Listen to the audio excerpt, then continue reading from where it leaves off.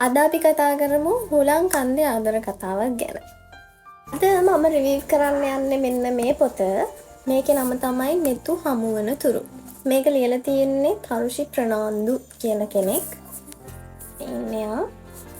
මේකේ විශේෂ දෙයක් තියෙනවා මෙන්න මේ කවර් එක ඩිසයින් කරලා තියෙන්නේ ඇලානා මදුරාගොඩ කියන අක්කා.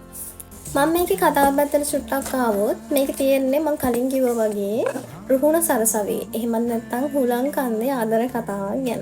මේකේ ප්‍රධාන චරිත විදියට ඉන්නේ ගඟුල්ලා දිසුල කියන දෙන්නා. ගඟුල්ලා කියන්නේ අනාථ ළමයෙක්, අනාථ ගැණු ළමයෙක්. ඉතින් යා බොහොම දුෂ්කර ජීවිතයක් ගත කරලා රුහුණ සරසවියට එනවා. දිසුල කියන්නේ පෝසත් පවුලක පිරිමි ළමයෙක්. එයාත් ඉන්නේ රුහුණ සරසවියේ. එයාලගේ කතාව යන්නේ සීනියර් ජූනියර් ආදර කතාවක් විදිහට. එයාලට සෑහෙන ප්‍රශ්න එනවා. ඉතින් එයාලගේ ආදර කතාව ඇතුළතදී ඒක තමයි මේකේ විස්තර වෙලා තියෙන්නේ. ඉතින් මේක කැම්පස් ජීවිතයේ සුන්දර දේවල් එකතු කරලා ලියවිච්ච හරිම ලස්සන කතාවක්. ඒ වගේම මේක හරිම ලස්සනට ලියවිලා තියෙනවා. ඉතින් මේ කතාව කියවලා තියෙනවා කමෙන්ට් එකක් දාන්න යන්න කොහොමද කියලා. කියවපු නැති අය අනිවාර්යෙන්ම කියවන්න. හරිම ලස්සන පොතක්.